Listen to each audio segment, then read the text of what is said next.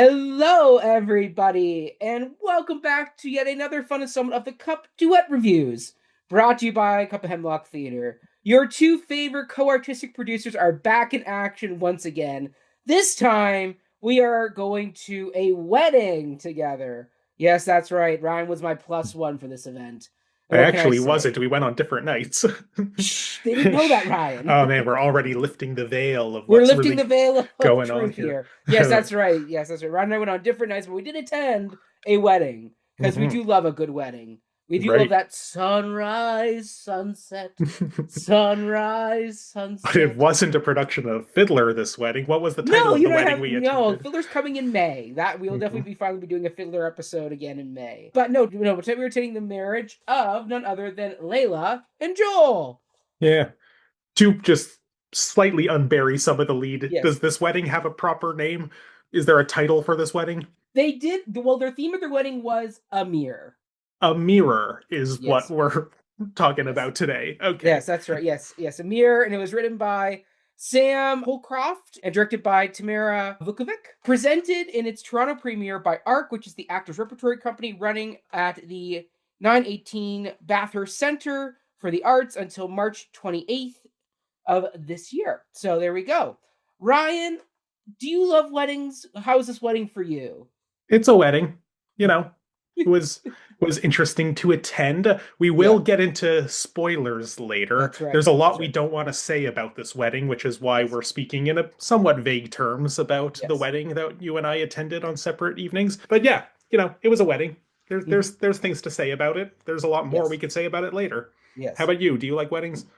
I do love a good wedding. I mean, for me, a wedding is always a time of celebration and joy. And so seeing two people come together and celebrate their special day is, such a treat. And I mean, even in this, even though this way is set in a like totalitarian dictatorshipy Hmm. regime, as we know from the back of the Oath of Allegiance, which Hmm. Ryan, would you care to do a dramatic professorial reading of the oath? No, because I have no allegiance to this regime, but we were given one here. That's true. We all were Yeah. we all were forced to say the oath at one point. I do like how the font of the is in like weddingy cursive, and then the rest is in a Yes. different font. It's very wedding graphic Mhm. design style, this document we Yeah. were given here. Yeah, it's Yeah. nice So I that mean, people are like able to come together and fall in love even in under these, yeah. these conditions, politically That's speaking. right, exactly, and they were very clear that they had their marriage certificate and paperwork to be doing this ceremony, and Hmm. so yeah, I mean their decor was lovely. As you can see in the background, we have the white tapestries they were using. It was a very well done setup and design for sure. I will say, Ryan, before we dive too much further into this wedding ceremony, what is in your cup today? Well, I'm drinking coffee Mhm. because even though we are recording this at night, I still have other work I need to get done tonight, so stay caffeinated. This is appropriate for the wedding theme. My brother actually got married a couple weeks ago, Oh, and congratulations to Ryan's brother. yes, and my mom, who recent guest on the cup, Yes, actually, great guest. yes, she actually, as party favors for this wedding, the Burlington Public Library has like a laser engraver. This is like a thing that you could like rent time on, and my mom's been having a lot Woo! of fun with it.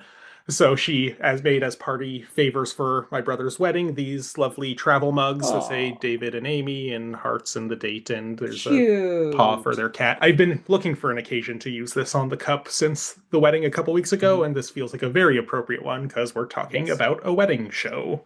I love Interesting. that. What's in your cup today? Well, I am drinking from the cup because I just Mm, grabbed that out of my cupboard. good And I am representing. drinking, yeah, and then I'm drinking just some Crystal Light, and I think this one is a grape and strawberry banana flavored. So it's an All right. interesting combo. I have to say, interesting Fascinating. combo. Okay. Well, now that we're done the intros, Ryan, can you kind of summarize the wedding for us? Yeah, well, like I said, don't want to get too deep into spoilers, but I think the play A Mirror by Sam Holcroft is about a wedding. It is about a lovely wedding that people show up to. The bride and groom are named Layla and Joel. And, we get to see them. We get to attend this festivity. There are a lot of people there. Layla is played by Janelle Gunderson. Joel is played by Paul Smith. The venue for this theater that I've never actually been to before, this 918 Bathurst Center for Arts, etc. It seems like it actually is like a refurbished church because it is shaped kind of like that with that sort of triangle architecture. The steeple, Yeah, they didn't have pews, they had folding chairs set up, but like you really did feel like there was a real immersive sense that you were attending a wedding. And I think so the company at ARC did a really good job of establishing that marital atmosphere. And things happen over the course of this wedding.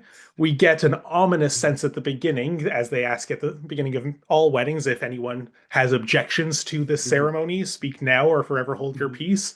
And it seems like something might brew there, but then suddenly nobody speaks up, so the wedding can proceed as planned. But the one officer does leave.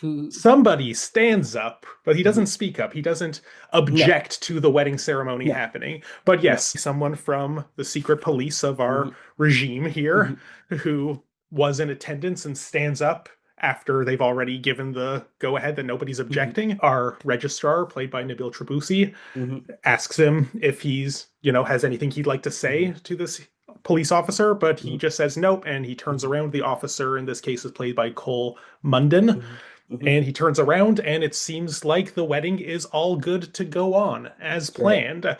And while things certainly do happen after that, I feel like for the purposes of this spoiler discussion, that might be where I want to leave things off, because they haven't said anything else beyond the context of the wedding and the marketing for this show. That's right. So if you think this sounds interesting, and if you think I'm being very coy about what else goes on here, but you don't want to know what else happens, check this show out. I don't know if there's anything you want to add plot-wise, Mac, or if we can make some very vague appraisals generally about what people might... I mean, I'll definitely say that the beginning of this show, where we start off with, is very nice, and you kind of go, and kind of when things do start to happen, you kind of think you know where this piece is going, and then it goes really in another direction. You're like, oh boy.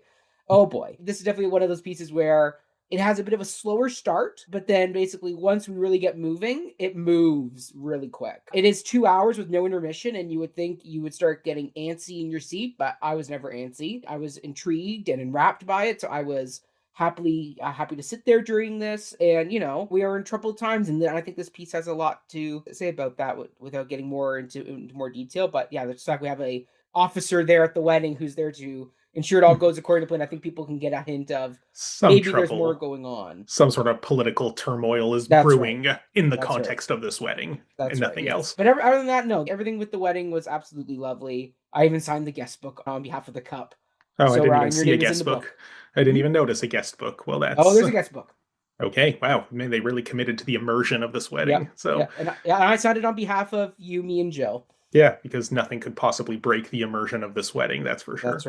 That's right. Why would anything ever do that? Why would I even say that? Do we want to continue with our spoiler cello? Or shall we...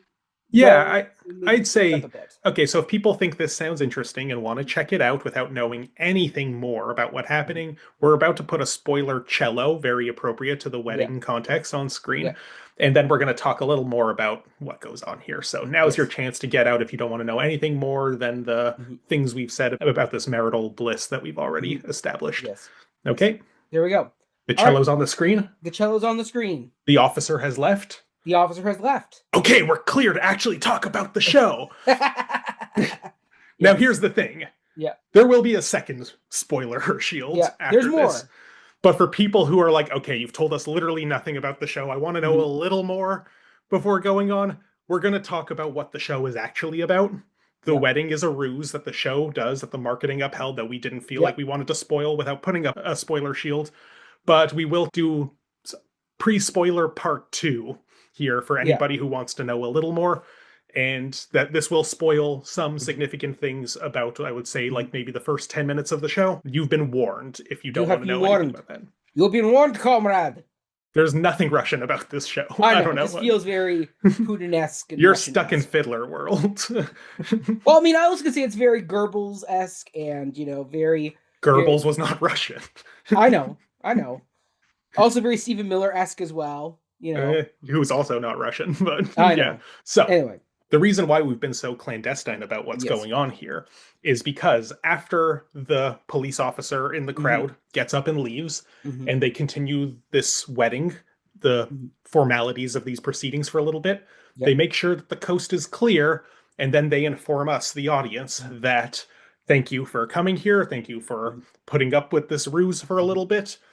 Looks like we're in the clear. Mhm. Let the show begin. Welcome Yeah. to the play. So, what we've actually been privy to here at the beginning of this show is that in this authoritarian regime that the world of the play Mhm. seems to be set in, there are strict limitations on which plays are allowed to be performed. They all have to Mhm. go through the very censorious scrutiny of the Yep. Ministry of Culture. Right.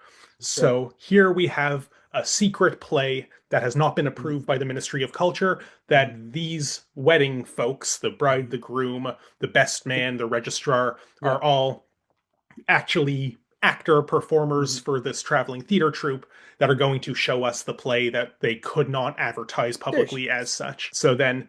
after the coast is clear, they set up the stage, they move the Mhm. wedding drapery to become stage curtains onto Really the. cool set work. Really, yeah, and the set is by Nick Blaze. Great job as always Yes. here. And then they begin performing this just Mhm. honest to goodness play that Yep. every so often gets disrupted by concerns that, oh no, Mhm. maybe someone's found us out. We have to stop and pretend to be a wedding again. Still pre spoiler for Mhm. this layer of the show. The play within the play that we're watching seems to be about the bureaucratic going ons of the world Mhm. in this, like we keep saying, totalitarian regime Yep.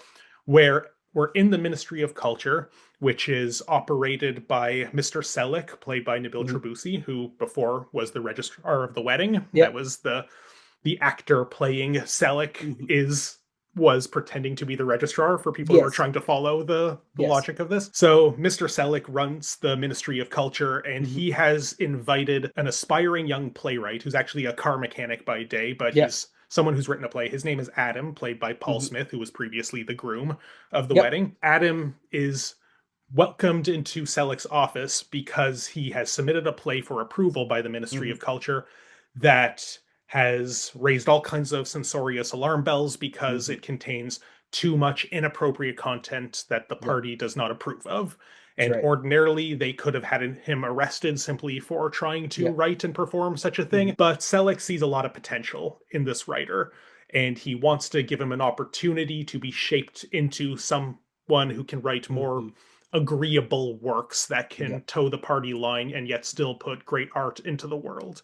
He's a bit of an idealist that way. We hear about this other bureaucrat from the same department who is Director much of Commerce. director of commerce. I'm talking about the guy who would have who his name starts with a G, Gavroche or something. It wasn't Gavroche, but I forget his name. But they Yep. keep referring to this other person Mhm. in the Ministry of Culture who was much Yep. more militant about Oh yes. enforcing the Yes. rules, dotting Yes. all the T's, making sure there's no sex or scat or anything in these Yes. plays. But Selick finds that mentality repulsive. He wants to nurture artists but In his as own way. in his own way is how he puts it again pre-spoilers, but he wants to nurture artists in a way that allows them to be good cogs for the propaganda machine. Mhm. So Adam is brought into the office to be like, you got Moxie kid, but you can't write Mhm. plays like this. Yeah, because his plays are, as he says, they're too documentarian. They're too realistic. They don't inspire. They don't galvanize the people in the way that the government wants them to be and talked to. and this is the interesting thing about Yeah. Adam as a writer is that he has this, I guess we could call it an eidetic I was about memory, to say yeah, it's an eidetic memory. Like he can hear where in a conversation and transcribe it yeah. as he hears it. So apparently, according to him, every word in his plays are real words that he's Mhm. overheard people saying. The first play that got Selick's attention that he submitted to the ministry was Mhm. called The Ninth Floor, Yeah. and he wrote it all about the people he overheard on the ninth floor of his apartment building where he lives, Mhm. and he just hears all these interesting real life conversations that stand out in his brain with such texture of the reality of these people's lives. But because real life is not nearly as polished and beautiful as someone like Mhm. Selick would like art to be, Yeah. the documentarian impulse to capture that real life does not fly. So, Mhm. what we essentially have here is a government bureaucrat who espouses ideals of what art should be, Mhm. trying to nurture a playwright who has his own very different ideas of how to represent the world. Mhm. And there are other characters that get brought up into this. There is an employee May. of Yeah, Yeah. an employee of the Ministry of Culture, Yeah. May, who is somebody who she's played by Janelle Gunderson, who was Yeah. the bride of the wedding. Hmm. And Selleck takes an interest in her and wants her to get involved in the work they're doing, wants to take her under his wing, teach her about art and culture. Even gives her illicit books like Ooh. Chaucer, Rabelais, and Balzac. Were those the ones he said? No, No. no, that was a Music Man quote. No, Oh, he gives her okay. Shakespeare. He gives her Shakespeare, yeah, and Yes, an early play by Bax, played yes. by Craig Lozan, who was the best man in the wedding sequence No, of Air Farce there you go. fame, among other. Red shirted gentleman here. Yeah, Bax is. We hear about him a lot at the beginning. It takes a while for him Yes. to show up on stage, but Hmm. he is the most famous playwright in Yeah. their country, Hmm. and he writes these propaganda plays that Hmm. people think are brilliant and Hmm. wonderful. And Selleck takes credit Hmm. for he was nothing until I found him Yeah. and I was able to shape him, so I can do the Yeah. same for you, Adam.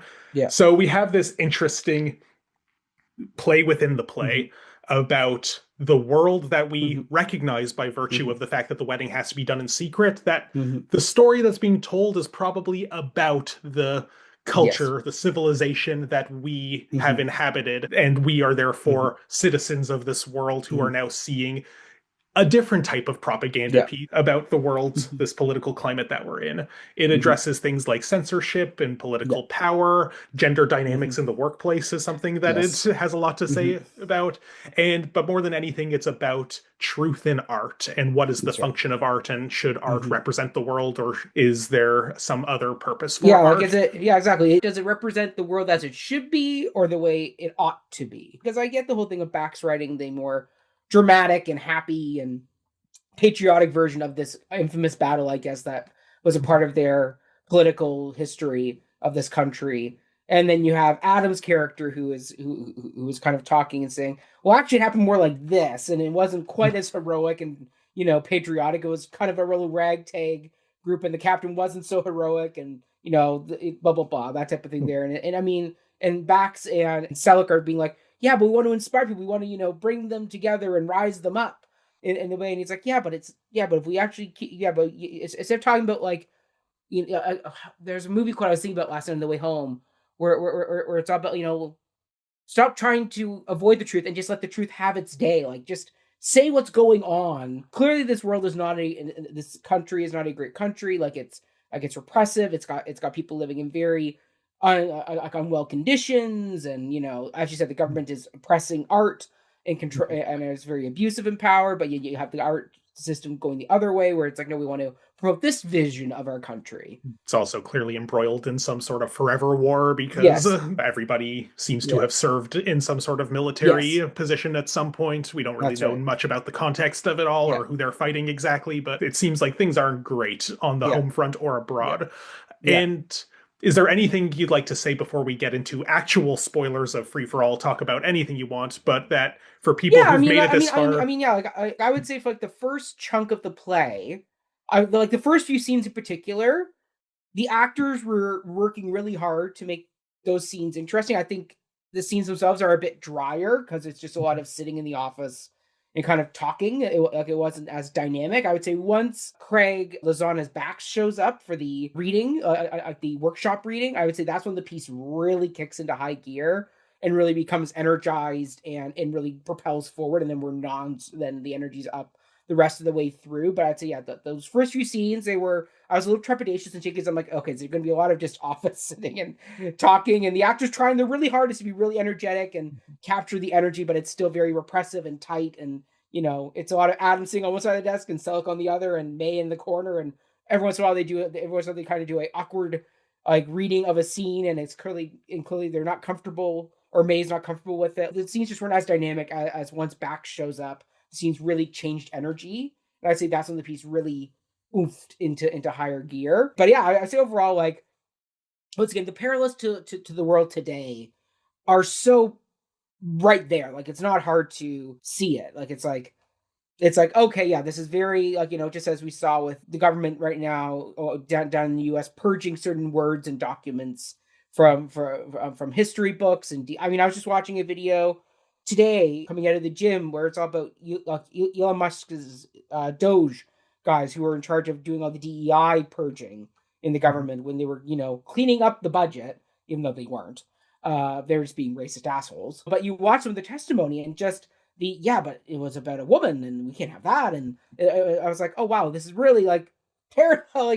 I feel this piece will sell very well right now down in the US because of how timely and real worldy it is. The entire cast is solid. Like as I said, you have Craig as Bax. He has such a great buffoondery kind of energy, and then when you get to see more of him and see more of the realness of him, he does have a lot of layers to him, and you see the pain that he's in trying to keep up with this government facade that he has to keep on. And then you have people like Paul Smith as Adam and Janelle Gunderson as May. The two of them, they're stuck in such a rigid system that like you just see how awkward they are. But yet the moment when they choose to come together alone, it's such a beautiful moment of the repression is gone. Like just them together when they do share an intimate moment together, it's such a sweet moment of release. And then obviously you have Nabil as Selek, such a great cold doctory, like just like Nazi doctorish type Goebbels figure, and just the passion that he has for this artistic vision that he wants to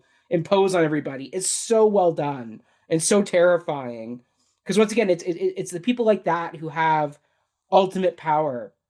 Like I remember reading a discussion with one of Stephen Miller's professors from university, and they'd asked him like, "What do you want to do?" And he had said like, "I want to be a policy advisor to a future president." And they're like, "Yeah, which president would you want to advise?" He goes, "Oh yeah, like a Donald Trumpian president." And they said, "Well, why do you want to be a policy advisor? Why not be someone like a senator or a House member or a governor or even run for president yourself? You're a smart guy."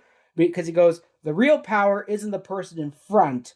It's the person who can shape the policies and the systems from inside that is not in the front, who is unencumbered by the people's perception of them. They can just pick away and remodel, like an Umbridge. An Umbridge in Harry Potter is another great example of that type of figure. Someone who can clean up every bit of the government the way they want to and just take it over bit by bit. And I would say Nabil, as that character, was so delightfully spidery. Like you could see his webs and just the way he was pulling everything to, like even just the way he treats Bax is so deliciously, you can see him in the system and the way he's worked Bax over. It's great. Like once again, it was just a great solid piece with solid performances all around. Yeah, no, I'm with you on that. I think the cast was all uniformly strong. Yeah. There's more to say about them perhaps as we Yes. go, but this play is fascinating. And it's sort of a victim of another one of the things that I've been saying a lot lately. I'm really invested while I'm watching it, but then the second it ends, I'm like, okay, wait a minute. And I've unfortunately been feeling that about a lot of plays lately. And unfortunately, if you click this link, you have to hear me get into why.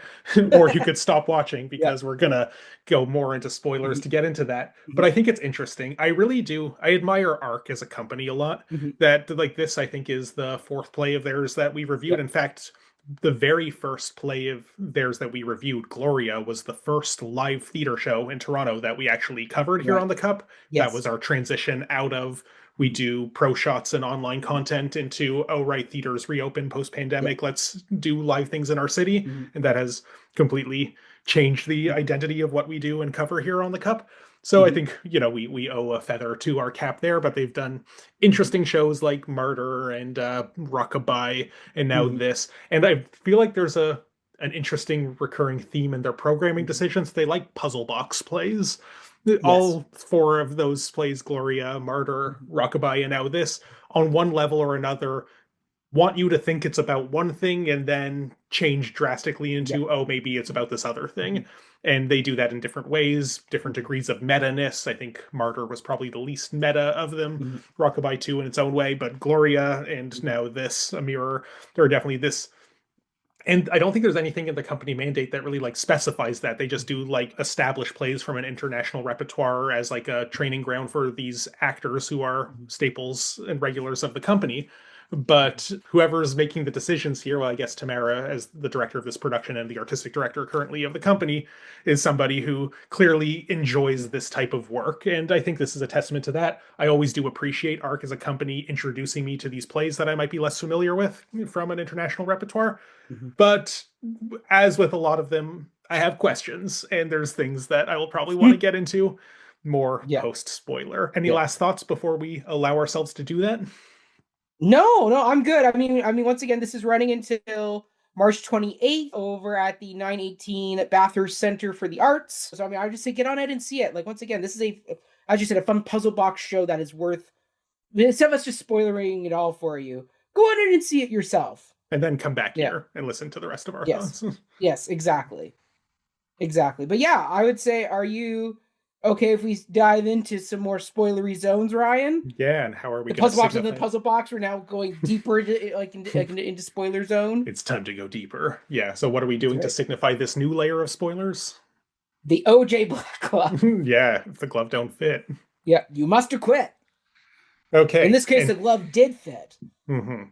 Yep. Okay, I'm going to very briefly summarize the rest of what this play is, because there's one more big layer of twist here, is that what we've been seeing, the play eventually does get disrupted by authorities, and we find out that everything in it is a verbatim transcript written by Adam about real conversations that were had in Selleck's office, in his apartment, and he's cobbled it all together into this play using his superhuman memory power of knowing these conversations like the back of his hand.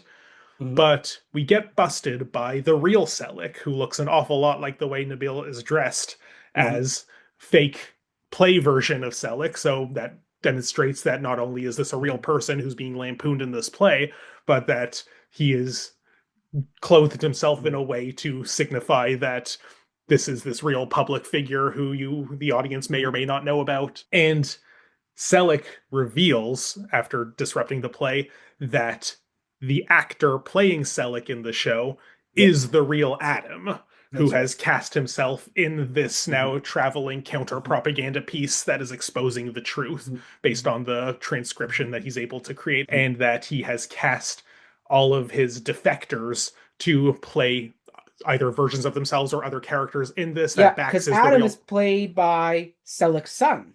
Not Selleck's son, it's the minister's son. Oh, okay, I thought it was I had a moment of thinking that too, but Selleck doesn't have a son. Right. No, it's so we hear very briefly in the beginning that the minister, who is like kind of like the supreme leader, someone who's, I think if I remember, there was a lot of like, bureaucrats we hear about, but I think somebody who's like job Selleck is like trying to the minister of arts, the one step above him, that government worker or leadership position person has a son who's rebellious and often in the news. So that is who Adam has cast to play himself in the show, opposite himself in the role of Selleck, because he's spent a lot of time with Selleck in his office, that he's mastered all of his mannerisms and is able to portray this, and he likes having this young handsome kid represent him. I guess that's how he sees himself in this world. And he's cast actual Bax, who has defected to his side, to play himself in the play. And May, who has also defected and is now his real life girlfriend, is playing herself in this play. And it seems like there's a lot of scenes in this play that Adam wasn't present in the room for, that are conversations between May and Selleck. So clearly she's a co-author of this piece, that she's contributed those ends of the conversation. Which I appreciated that they acknowledged that element of the story, because so many times when you get stories like told in flashback, where it's like, good example, Titanic. Like, clearly it's told from Rose's story. But then all of a sudden we have scenes without Rose, and it's just either Jack and Fabrizio getting on the boat, or it's, Rose's mother bullying Kathy Bates's Molly Brown, and they're in the lifeboats watching the ship sink, scenes that she would never have access to. But it's not until you leave the story and go, wait a minute, how do we get these other perspectives when Rose was not around, but yet the framing of that story is Rose's flashbacks to that time on the boat.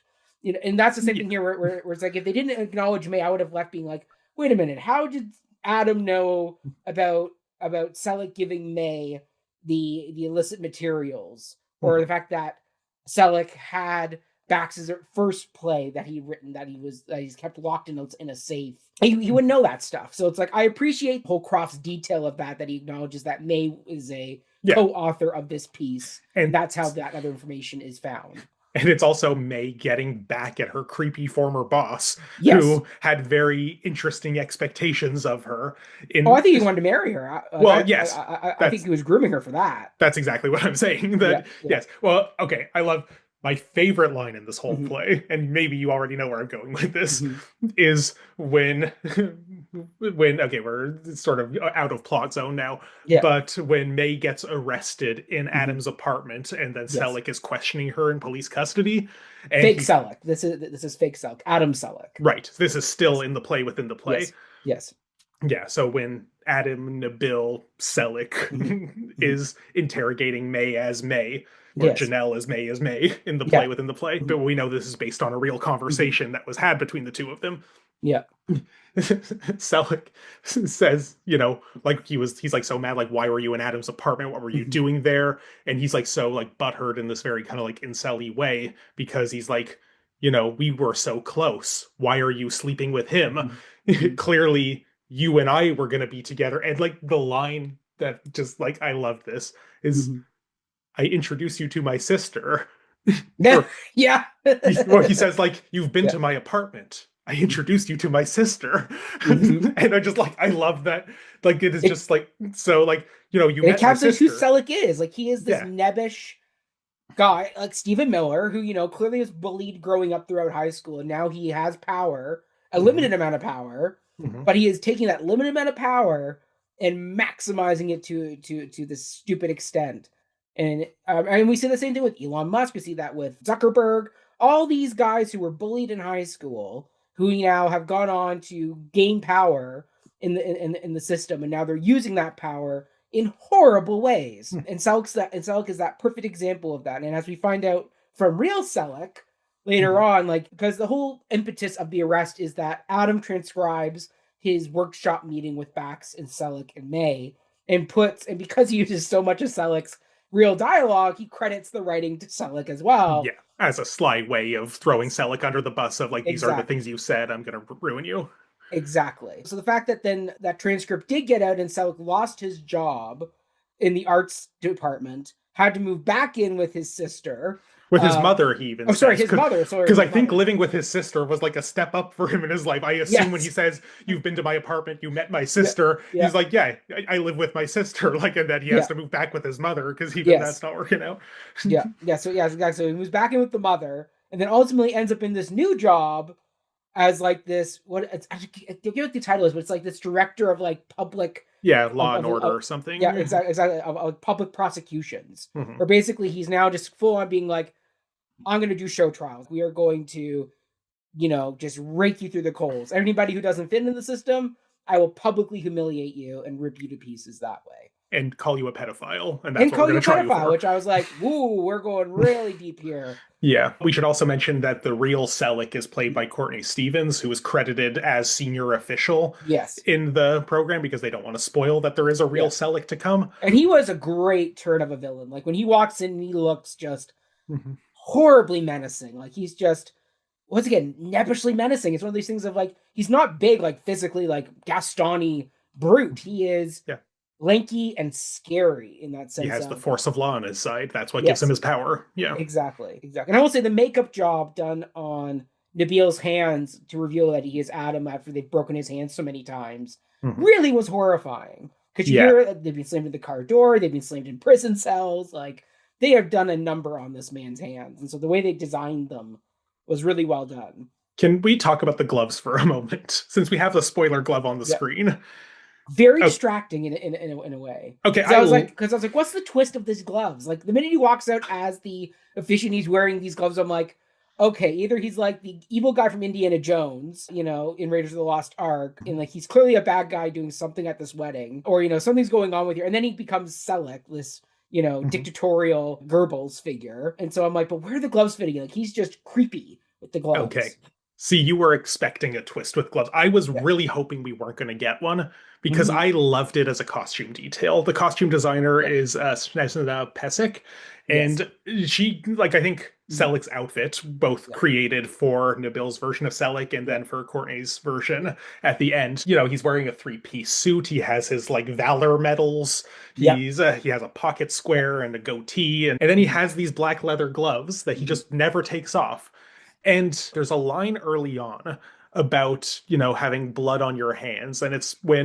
it's when May and Selleck are Mhm. talking about, they're bonding over Shakespeare and stuff because he's sharing his contraband Shakespeare literature with Mhm. her as a way of grooming her Mhm. into being his sidekick in the arts. They quote Lady Macbeth at one point about, you Mhm. can't wash the blood off your hands. And he's like, oh, there's no blood on my Yeah. hands. And he's waving his gloved hands. Mhm. I love this as like a costume detail that Selleck is the kind of guy who Mhm. never takes off his gloves, Yeah. that he refuses to get his hands dirty, even Mhm. though he's, doing these kind of shady things, but he always sees himself as being in the right, that there will not be a drop of blood on his Mhm. hands. It's like a prophylactic Pontius Pilate in a way, is Yes. that he's not even going to get them on his hand to wash them. Like he Yeah. will remain clean. And like Yeah. there is, like you said, like the Raiders of the Lost Ark guy, or Prince Hans from, Toke. Yeah. yeah, or Prince Hans from Frozen. The Yes. characters who just always wear their gloves is like a sign Yeah. of menace. And Frozen Yeah. is actually an interesting example of the glove motif throughout that. Elsa takes off her gloves when she embraces Mhm. her true self. And Yeah. there is like a thing about, like, yeah, just the villainy of having gloves Mhm. and the wanting to protect your hands to not Yeah. expose yourself. There is just like deep ingrained Sterile. Yeah. symbolism. It's that. Yes. Yeah, sterile is a great way of putting it. Yeah.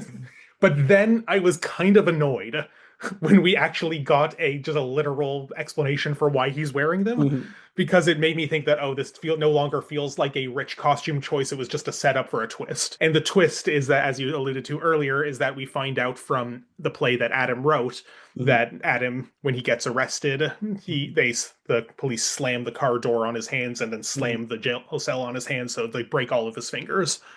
Well, And they break his fingers and then they prevent them from setting yes, by slamming them again in the cell yeah, doors. so Like they're that's trying. just the depravity of what this government does. Mhm. And Selka's like, well, I'm not part of that.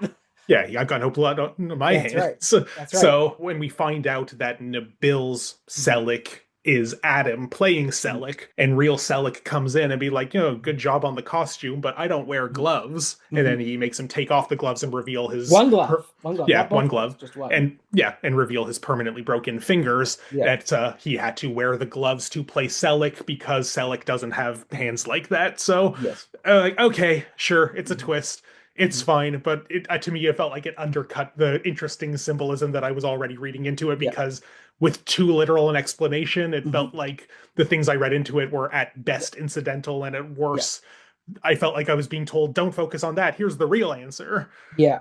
Yeah. For me, like, yeah, like the gloves were one of those things where I was like, because they were like the wintry gloves. Like, obviously, they weren't like they were like a tight leather glove that Mhm. like snug, like very much like the real OJ glove that was Mhm. like a snug fit on the hand.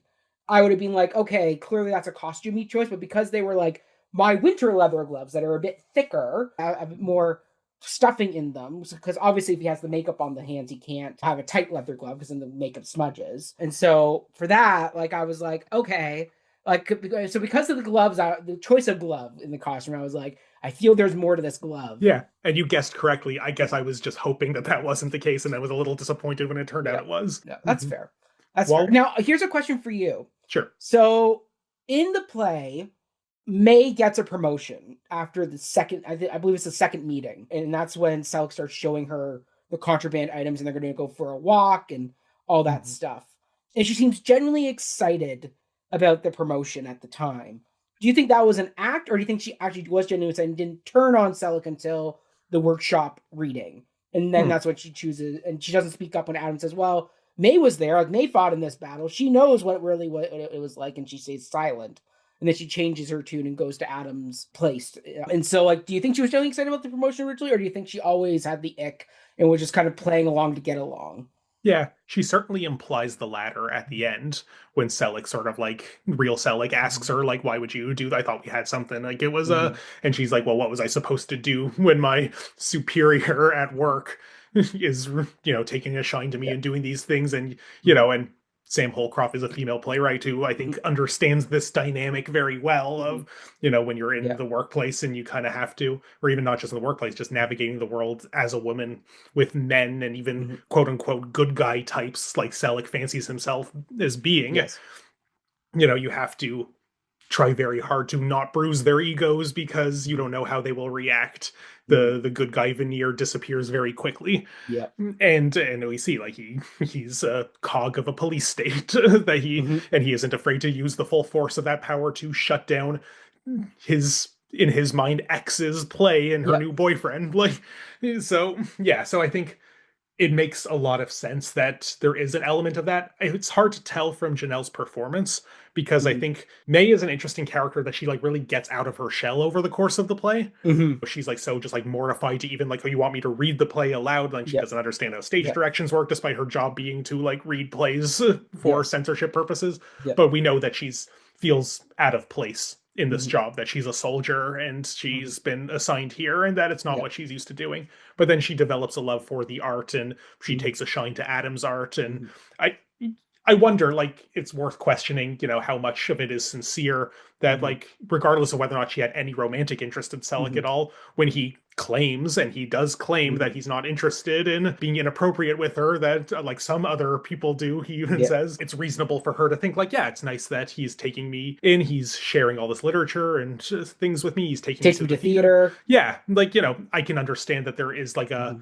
a desire of that, and then Hmm. exposure to art could awaken Yeah. consciousness in her that makes her realize things about Yeah. her Hmm. position, and especially Adam's Hmm. art, which breaks through the noise Hmm. of the party Hmm. line of how the art is supposed to be. Going to Bax's Yeah. new play maybe doesn't awaken that in her, but yeah, Adam does. And keep in mind, we Hmm. are watching Adam's version of the story that Hmm. he's written himself, and may Heroically. Yeah. Yeah. heroically, but the whole Hmm. point, as we're supposed to believe, your Hmm. mileage will vary how much you believe it, Yeah. is that every word in this play is exactly what was Hmm. said in these real conversations, so Yeah. we have no reason to cast Hmm. doubt on this is how it actually happened. Hmm. Hmm. Hmm. Mm-hmm. I mean, yeah, for me, like as I said earlier, in my standout was Bax as Craig. Like Mm-hmm. I would say definitely say he was my standout in the cast, and I would say that the scene that really got me to really connect with him is the scene post workshop when he is now moved out of because his wife was sick with cancer, so he was having to pay exorbitant fees to get ketamine and things like that in morphine and stuff into the country secretly, and then he has the meeting with Selleck in this kind of rundown motel-y space, and he talks about how the system makes you cut this and that out of your, and he goes, no, it's about you making us cut bits of ourselves out of our to make it work. Like I found the way he delivered that monologue was so well done, and you see a lot of that energy in like the way certain things are now being produced, or how grants are being approved in the government, and like what do you have to do to get along. Like I felt his like his breakdown of this moment. Like he says, I reread this transcription so many times because he goes, I didn't say this at first. Like he was so adamant that it wasn't him, and then when it comes to term that it is how he acted in that workshop, he's so upset by where with the realization that what he's become. I thought that was such a great portrayal of somebody going on that journey. Like I thought that was such a great performance. Like I don't Mm-hmm. know, like what did you think of Bax as a Yeah, character? I think Bax is fascinating. I think Craig's performance like Mhm. really brought in that nuance and the Mhm. layers of him. I think the main thing like we learn about Bax throughout this is that he was rebellious. He wrote Mhm. subversive art at the beginning, and then it was Selleck's influence on him of here's how you can actually get your work produced. Here's how Yeah. you can actually be famous. You can become the most famous playwright around. And Mhm. he's tempted by the lure of that, but he's never quite bought into it.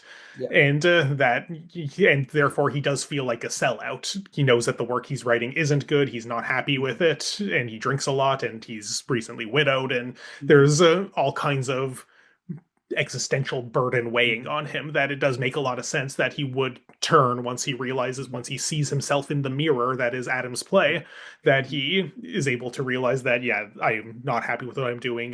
The work I'm doing is doing more harm than good. I'm gonna be a turncoat and join the Mhm. scrappy theater troupe that's doing real art. That's And right. so, yeah, and I think he's a compelling character. He's very Mhm. interesting. Craig is endlessly watchable as a performer. I Yeah. love everything I see him in, even if I I was don't just saying love the we've seen him plays. in a few things here on the Cup, haven't we? I don't know if we've actually reviewed any of. I see him all the time because he's been in a lot of shows. Fans of Air Farce will know Yeah. him well from Yes. Canadian television, Mhm. political sketch comedy. But yeah, he's been in a lot of plays. But I actually don't. I think this might be the first one we've actually reviewed that he's Okay. here on the Cup. Like, Yeah, there yeah, we go. Go Craig. Yeah, because he was in, recently he was in the Welkin. Before that, he was in Truck at Yeah. Factory. He was in Bad Rose. He was in Thanksgiving Play. But none of these Mhm. are shows we reviewed on the Cup here. Yeah. So Yeah. yeah. Okay, so let's talk about the very, very end of the show. Because at the end, everybody is marched out. Obviously, they're going to either be imprisoned or shot, whatever. And then as they leave behind the center white column there, we get a list of words that have been banned or removed. And then on your way out, they've turned around the wedding signage to reveal on the backside that they talk about how in the US in particular, these words have been scrubbed from basically from any government website, anything government related. They've scrubbed things like even clean water and DEI and diversity. Like they've gone through and had like a control F of words that they've gone through and just erased. So what did you think of that final message of that being kind of the final impact of the show there on the way out? Okay, this is where I start getting into the I don't know about this. Yeah. Where to even begin with this? Do you have positive things to say about it before I rip it to shreds? I have mixed things because Okay, say your kind of mixed things first, and then yeah, maybe I'll exactly. yes. Yeah, I like the acknowledgement of what is happening in the real world, and once again tying this piece back into real world situations. Because I mean, it's hard not to, as I said, compare some of these characters to real world things like Selleck being a very Goebbelsy, Stephen Millery esque character. But that being said, when they revealed the words, I was reading them and I was like, how does this connect to like where is the A to B on this? Like I okay, because they never talk about clean drinking water in the show. They never Yeah. talk about any of these words that are up there, really. I could tell you what the A to B is because it's there. Okay, go for It's it. a bit of a loose connection. I think we're supposed to understand that what first puts Adam on Selleck's radar Mm-hmm. is that his play was flagged by the lower levels of the Ministry of Culture. Right. And the things that it got flagged for were using banned words. Ah, okay. So, and they even talk about like read the handbook, and he Mm-hmm. comes back in the next scene like, I read the handbook, and now I get why my play was flagged because I Right. used so many of those banned words. Mm-hmm. So they really seem to be kind of emphasizing that the root of the censorship is, and these are the things you cannot say. When Adam documents the real world as he hears it, Mm-hmm. it includes a lot of those words in a way that Bax's propagandistic plays, approved by Selleck, do not, Mm-hmm. in their more glorified vision of the not so real world, the Mm-hmm. more artful, so to speak, but Yeah. less unvarnished Mm-hmm. version of the world is not allowed to have any of those words in it. And to make true art that is approved by the state, you have to get rid of these words. Mm-hmm. So I think that's the gesture that is trying to do that. It's the plays are in trouble because of the content on the literal surface level of the language that they contain, regardless of Right. what they even signify. And the play, in its kind of vaguely dystopian world building, Mm-hmm. is trying to anchor us back in like a here's something in our real world that feels like it could be a slippery slope to the world we see in the play. But the world we see in the play is like very removed from Mm-hmm. that, feels like the smallest of the potatoes of Right. what's going on here. And honestly, while there it is, there's a lot of problems with the censoriousness of things in the world, and I'm not trying to belittle that by any means. Mm-hmm. Our world has already moved on to the later stages of fascism, that even that feels like a bit of a Mm-hmm. small potato.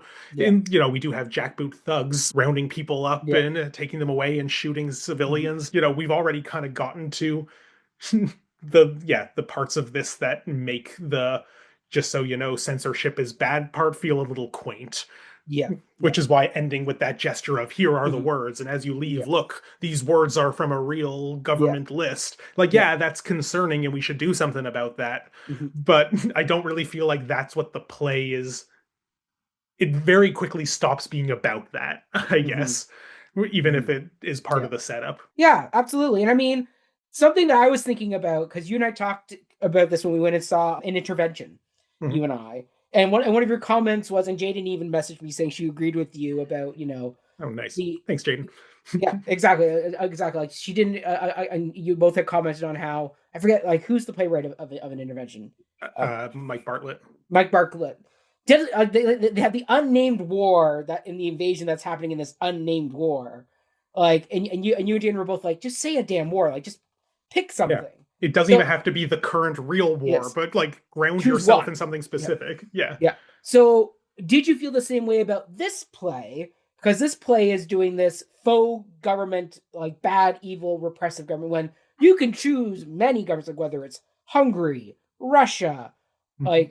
like choose a time, like Mussolini's Italy, 1930s Germany under Hitler. Like you can choose a time period and make this and do something. So like, did you find yourself in the same like situation with Mike Bartlett's work, where it's like choose a time, choose a place, versus just being vague and making up like instead of calling it a Facebook, you call it a watch book. You make that Sure. just slight twist on a real world thing because you don't want to say the real world thing. You know what I mean? Yeah.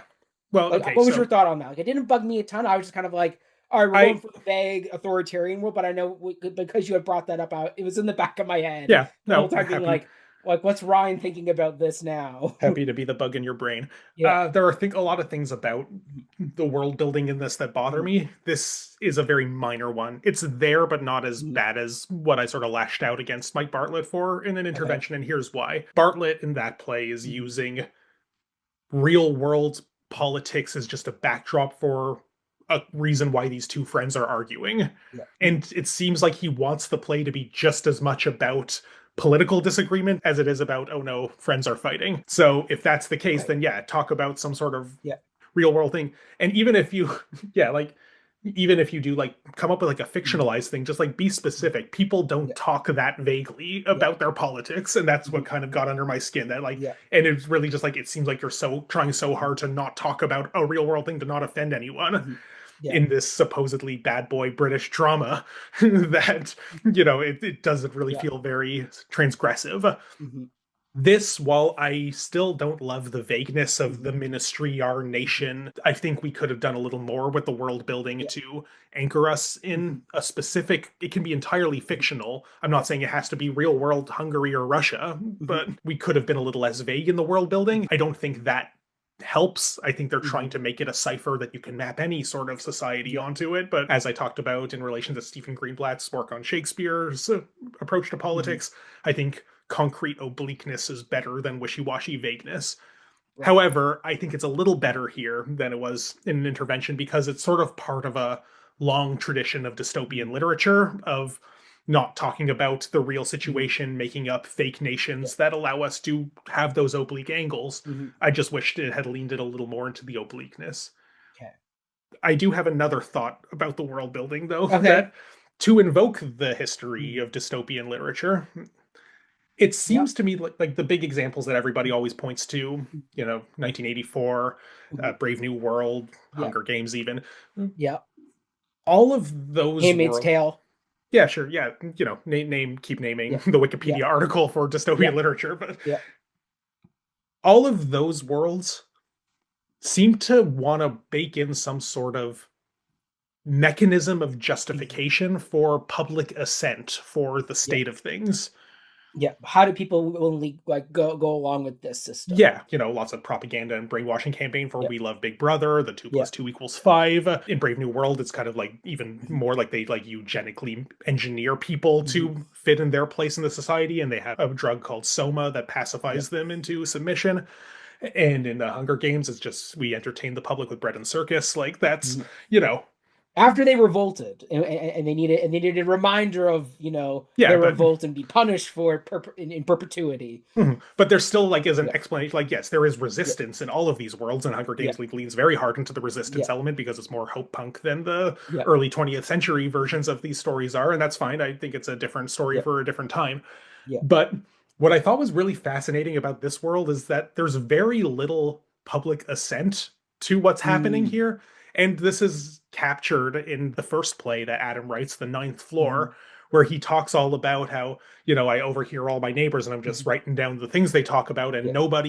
nobody's happy. Nobody's Mhm. talking about like, these are the real things they Mhm. say. They're not on Yeah. board with the polished, nicely Yeah. sheened version of the party line. Mhm. Yeah. Like it's only happy bureaucrats like Selick who have things to Mhm. gain, or people who've been Mhm. recuperated into that system like Yeah. Bax, or people who Yeah. haven't yet been given a reason to revolt like May, Mhm. who Although May does have reason to revolt Yeah. because like she's been through the same war as everyone else, but Yeah. then they gave her a cushy government job, so she seems Hmm. kind of content for a while. It seems like nobody's on board with this, which makes you wonder like how did it Yeah. get here? You know, and if you look at the current state of fascism in the world today, like Hmm.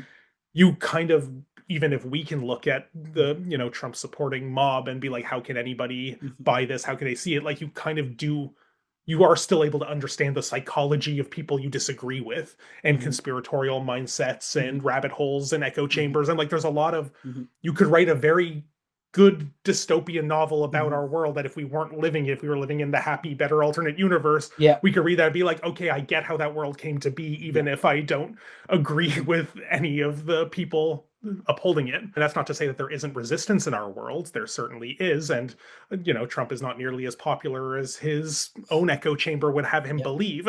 But there Hmm. is enough that he's able to believe it. Yeah. That was able to put him in that position of power and Yes. maintain him there for as long as he seems to be able to. Hmm.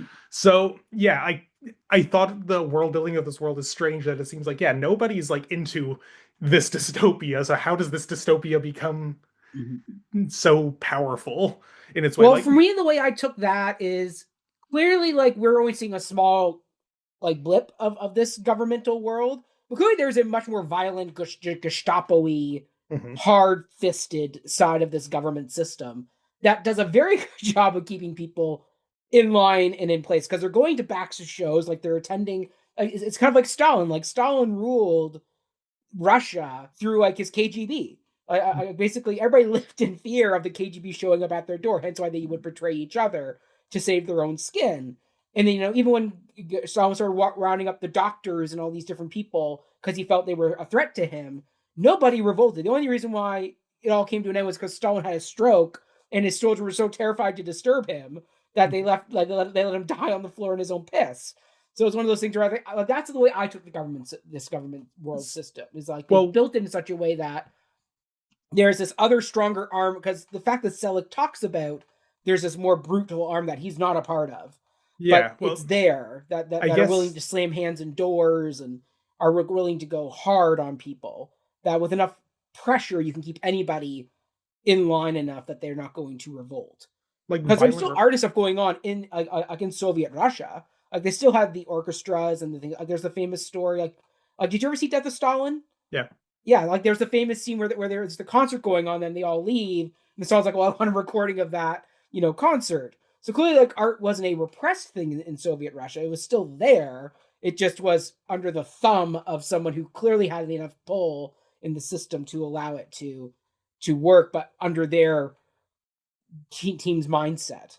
I You know what I guess mean? maybe like, yeah, violent repression is certainly present in this world. I Yes. think what I maybe feel like the play is missing is true believers because we Mm. don't really see a lot of Yeah. that, and that's what you can't maintain an Mhm. authoritarian state on violent repression alone. Yeah. You do need the true believers who are happy with that status quo in order to overlook the violent repression that's Yes. needed to establish it and maintain it. And even Selick, our in world representative of the authority, isn't a true believer. He has his own His kind own of, system. Yeah. he thinks he's the radical on the inside who's Hmm. crafting it against his will. And like, yeah, we hear about the other guy whose name starts with a G, who's that we can't remember, who Yeah. is the more, Garrosh. yeah, let's call him Gavroche. But who, yeah, who's like, more, I guess he's the example of a true believer in Yeah. this world. But Yeah. like, it would be nice to maybe see a Mhm. version of that perspective on stage. Maybe if May represented more of that before she Yeah. got converted by Adam's Yeah. art. I understand why Bax isn't really that. And Yeah. like, I think it's good for his Mhm. character that he has his journey that makes him Yeah. easy to convert. Mhm. But yeah, it's interesting that, I don't know. The world building is interesting to me. Yeah, like I have more thoughts on this role playing. I think I have a way we could maybe work Ryan, but Mhm. but I'll tie that into my bigger picture of maybe where this play can go at the end. Before we get too far deep into our final thoughts, do you have any other Yeah, topics you want to dive into? I have one big thought that Okay, I'm itching give to it to get me. into. I don't agree with this play's thesis on art. Ah, And I don't think Sam Holcroft agrees either, which is what I think is so strange mhm. about this. Okay. Okay, let me unpack this. Mhm. Let's look into the mirror, shall we? Yes. Adam writes plays that, by what I would call his own Mhm. admission, Mhm. contain no artistry. Yes. Yeah, They they're are just just transcriptions. they are just pure brute transcriptions Yeah. of the world as he Yes. receives it. And we are Mhm. told over and over again Mhm. that, like, yeah, this is exactly what was said. Even when characters think he's distorting it, they think Yeah. back and, like, Yeah. Bax has his revelation Yeah. and, like, no, that was what I said, and it is word for word, and he Mhm. got my play just right. So Mhm.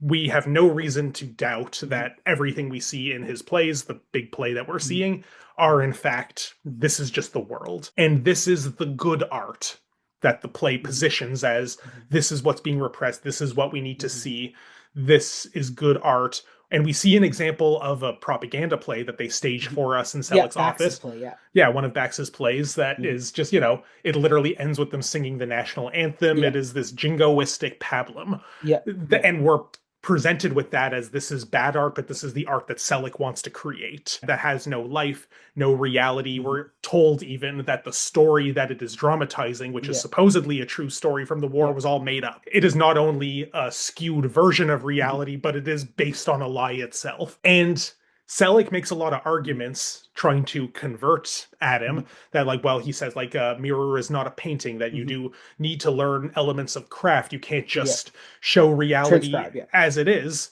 Mhm. And the play disagrees with Selleck about Mhm. that. And it's constantly pushing Mhm. Adam as Mhm. the great artist because he has this lack of craft, this just pure brute Yeah. transcription. And Selleck's what I think is actually Mhm. good principles of art that you should learn things about structure and Mhm. theme and craft Absolutely.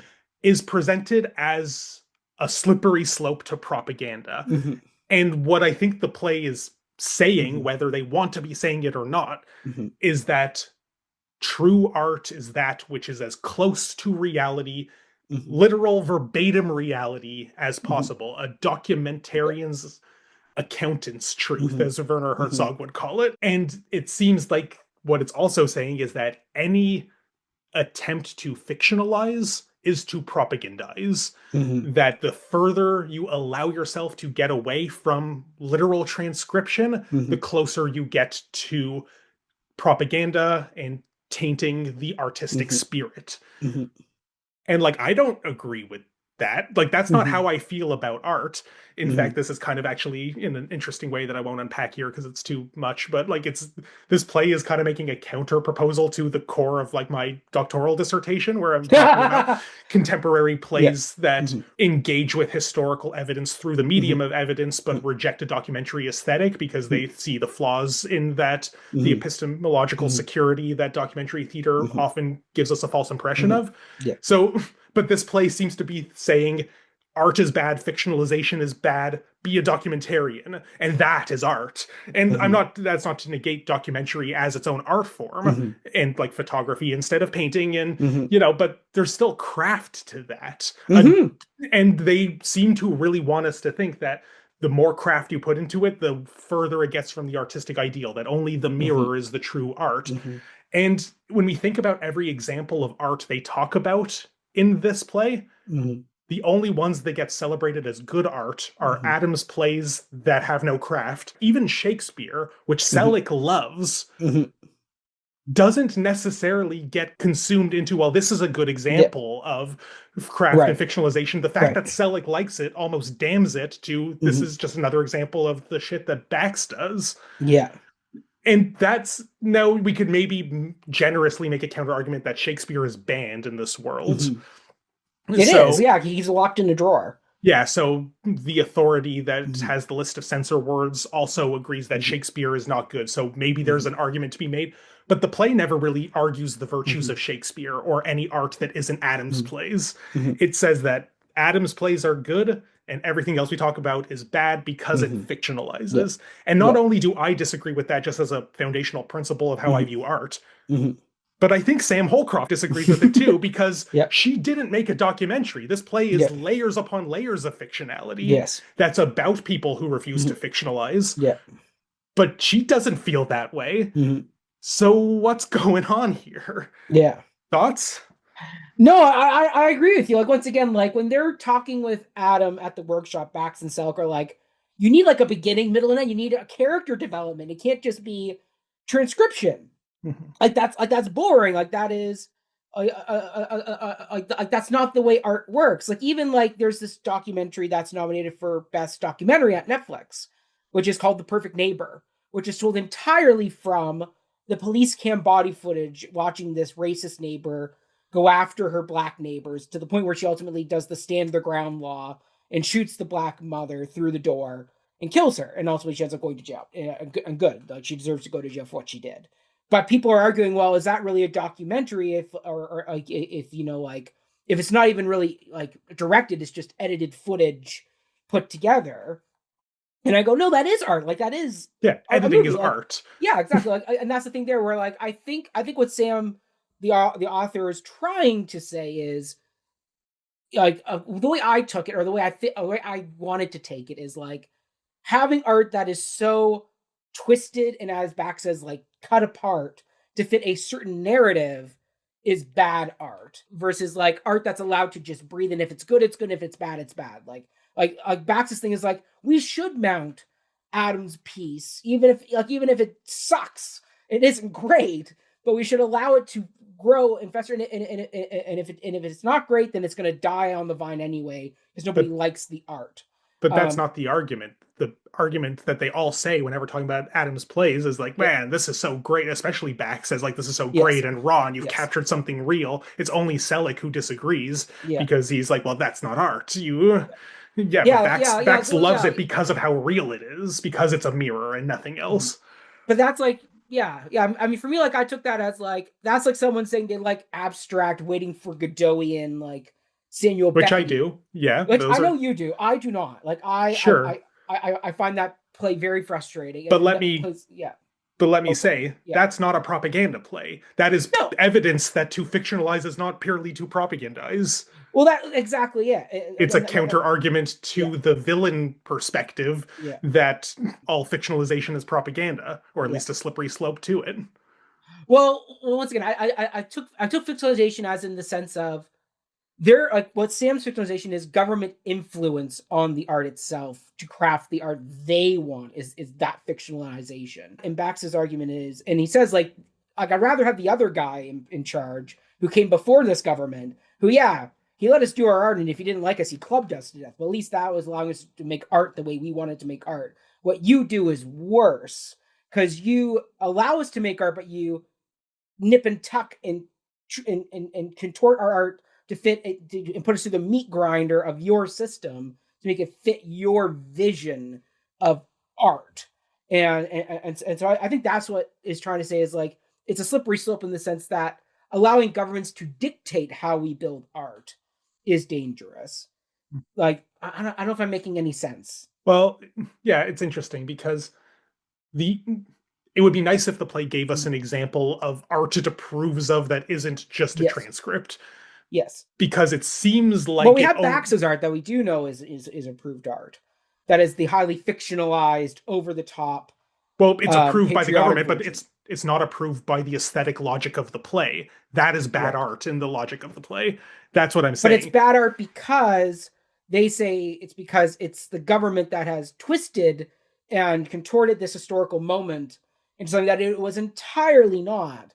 But yet it's being portrayed as the real, you know, Yeah, historical interpretation of that moment, which which gets you and I into that whole argument of, the Amadeus argument of, real versus like, but like whatever, we don't even have to have that argument because yeah, I'm saying mhm, in what the play A yeah, Mirror presents to yeah, us is there is good art like Adams that yeah, is as close to reality as possible, and mhm, there's bad art like Bax's, and whatever government forces made mhm, Bax's art the way it is, it's still bad because he has abandoned the principles. His early plays were mhm, apparently good, we're told, yes, because he was real back yes, that then. yes, that marketplace one, Yeah, because he yeah, wrote real things that were yeah, close to reality, maybe not as close yeah, as Adams mhm, because he doesn't have the same memory that he does, but mhm, he was touching on the pulse of the real thing. yes, Whereas now it's because he has allowed himself to stray from the true yeah, path of as close yeah, to become a reality as possible. propagandist through and through, Yeah.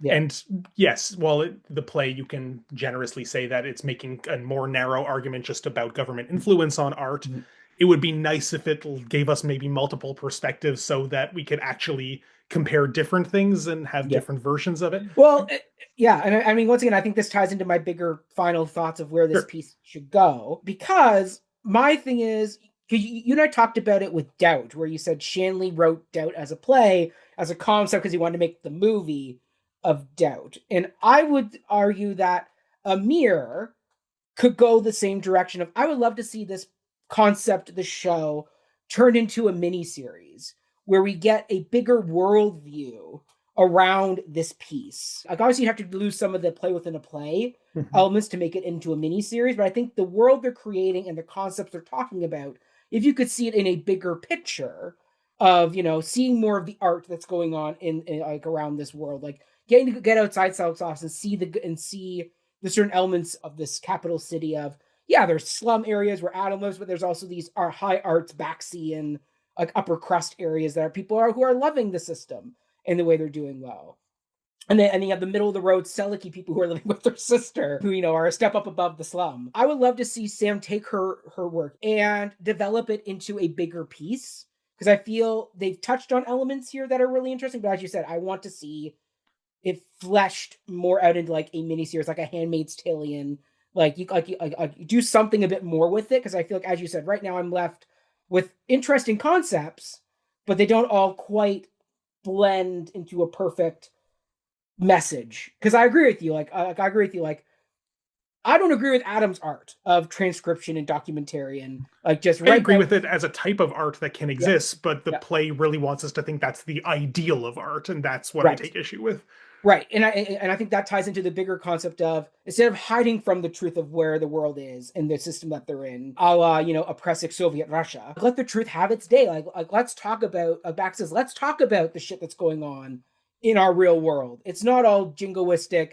Hoorah! The captain with the sickle. Like, there are people suffering in these slums who she's a hairdresser, but she's also a prostitute because she can't afford it. And you've got the soldier with the bad leg. Like, there is more to these stories, and I think Bax would have worked with Adam on the ninth floor and developed more of character and like arcs for these characters, and like there's like the documentarian isn't a bad concept. It's just there's more to it, and I think once again, yeah. Like, for me, like, I just go, I want to see this world developed more, and I would love to see it developed into like a TV series or something like that, where you can really flesh this world out and really play. Because now that Handmaid's Tale's come to an end, we're getting this new Handmaid's Tale spin-off show that's all about the young women of the Handmaid's Tale. The Testaments, yeah. Yeah, exactly. Yeah, Like, we're based getting on the that. sequel novel, yeah.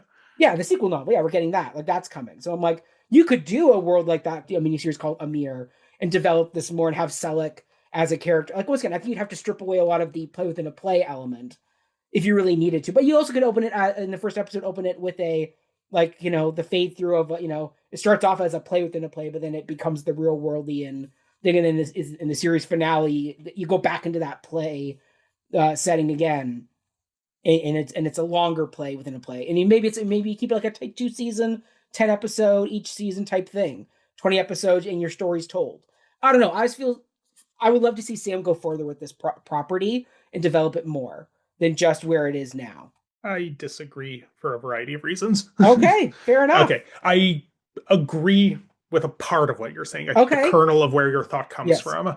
And that's in a lot of the things that maybe we're taking issue with could Yeah. be resolved if Yeah. given a larger canvas, especially in the world building. We're only showing a narrow sliver of this.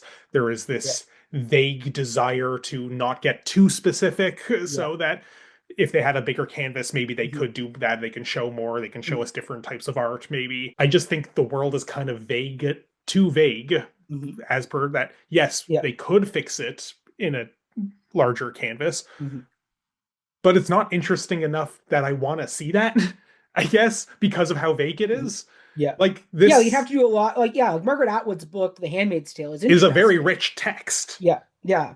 That's what I'm saying. That is a rich text that they could. Yes, they added more for the show because it went on for multiple seasons, but that world was like so potent and rife with possibility that yes, we could see more of it because there's so much here.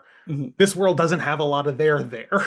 I guess that yes, they would have to come up with it. Which she'd have to write more. Yeah, that's what I said. Her concepts are not bad, but it needs But the more concept is fleshing. nothing. It's a repressive world that doesn't like these words and Mm. has a police force. It is a Mad Lib dystopia. Like, insert name of Yeah, leader here. Like, it's yeah, not, it's nothing, kind of. And that's mhm, why the vagueness sort of frustrates me about it, yeah, because there's none of that yeah, richness to the text. mhm, And the other kind of reason why I think I don't necessarily love this idea is you say you have to get rid of the play within a play. I think that's one of mhm, the more interesting things about this text. mhm, I think the fact that she didn't bother to flesh out the world is because it's yeah, like, well, that's not really what's important. That's just a yeah, pretext to this yeah. whole thing that That's the it's. bookends of it. Although I also have issues with how the play within play is handled, it at least kind Mhm. of kept me on my toes in a Yeah, way that, like, they did interrupt the performance and we had mhm, to go back to pretending yeah, to be wedding guests and we had to read the yes, oath. I think there's an interesting thing about meta plays, and I love meta mhm, plays, which is why I was hoping to love this more than I did, yeah, honestly. yeah, There's ways of like thinking about it that helps us sort of make sense of it by breaking it down into what are the different worlds and right, labeling them world A, world B, world mhm, C, world D. And in a play like this, there are four distinct worlds, mhm, but they're not actually that different from each other. mhm, Almost everything we see is some version of world B. And let me mhm, explain. World A is always us, our real world. We are real yeah, people going to the theater to watch a show. mhm, And we, by stepping into this wedding, are very quickly welcomed into World B, that we yeah, play our part in. Now we're in yeah. World B, the The faux totalitarian wedding, state. yeah. Well, even here's where I'm going with this. So, Mhm, yeah, by participating in this wedding, we're mhm, in the fictional world of insert dystopia name here mhm, because we don't get one. We're in their world. There is a policeman sitting next to you. mhm, The people we're watching in front of us will reveal themselves to be actors, but they are those actors playing the part of a mhm, wedding guest. We are in their world. We are in mhm, real Adam's world and real Selig's world. World B is actors in a mhm, totalitarian regime feigning a wedding to put on a show. By attending the wedding, we are people who want to see the show, who are mhm, willing to pretend to be wedding guests to mhm, do it. World C is Adam's play, that right. once the wedding sham disappears, the real people of World B, the actors putting Mhm, on the show, put on this play that Adam mhm, wrote. But because we're told that everything Adam puts in his play is something that's from the real world, mhm, what we're seeing is still kind of World B, just represented by actors. mhm. Two of them are literally being their real World B selves Yeah, in yeah. World May and C. Bax play themselves. Yeah, Yeah, but every character and every yeah, word in World C is, we're mhm, told, something that really happened in World B. So there's yeah, already not that kind of distinguishing of those worlds. mhm, And then the closest thing we get to a World D are just the excerpts of other plays that we get read by mhm, characters in World C, Bax's yeah, play, and the scenes from the ninth floor. And those are also things that really happened in World B. mhm, In case of Bax's play, that is its own sort of separate yeah, World D play, but we're told that it's a mhm, sham and don't care about it. yeah, yeah, So, what makes meta plays interesting is how it dances the mhm, line between these worlds yeah, when it establishes the distance between the mhm, worlds and not. And I think this play had a lot of potential to engage us, but the fact that yeah, so much of it, by virtue of the type of art that's being represented in worlds B and C, and even to a lesser mhm, extent in D, is mhm, still world B.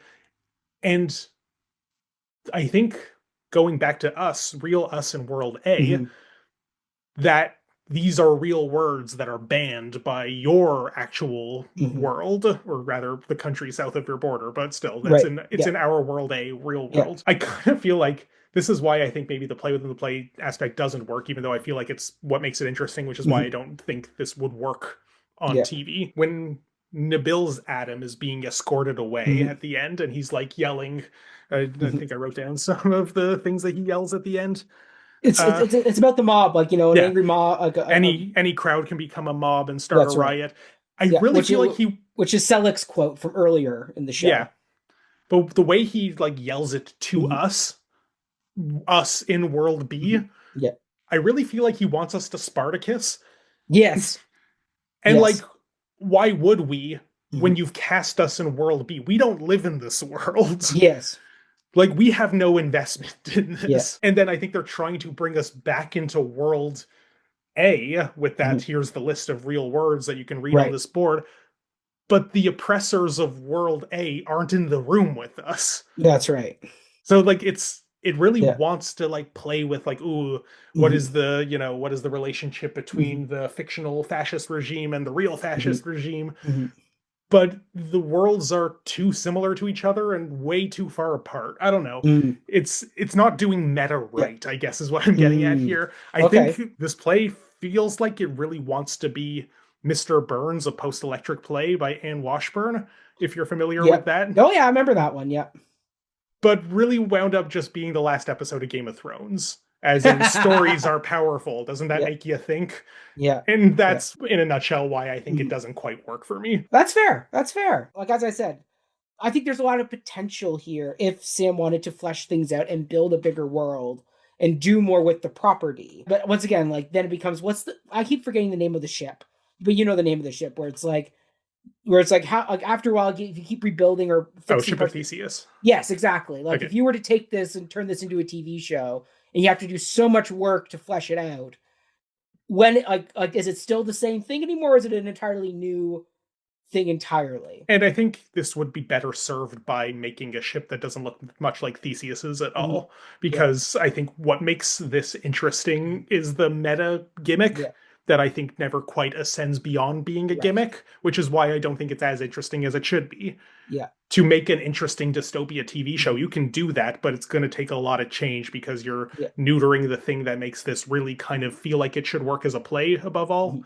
Mhm. And you're going to have to do a lot of work to make this an interesting world because right now it's kind of not. Yeah. Fair. I mean, do you have any other final thoughts before we sign off for the night? I don't know. We could leave it at that, I think. Yeah, I mean, like overall, I think you and I both agree the cast did a great job with the material that Yeah, they were given. Like they all were compelling, yes. strong performers. As an Um, actors repertory company yeah, arc, yeah, it's nice that this juicy material that gives them a chance to shine.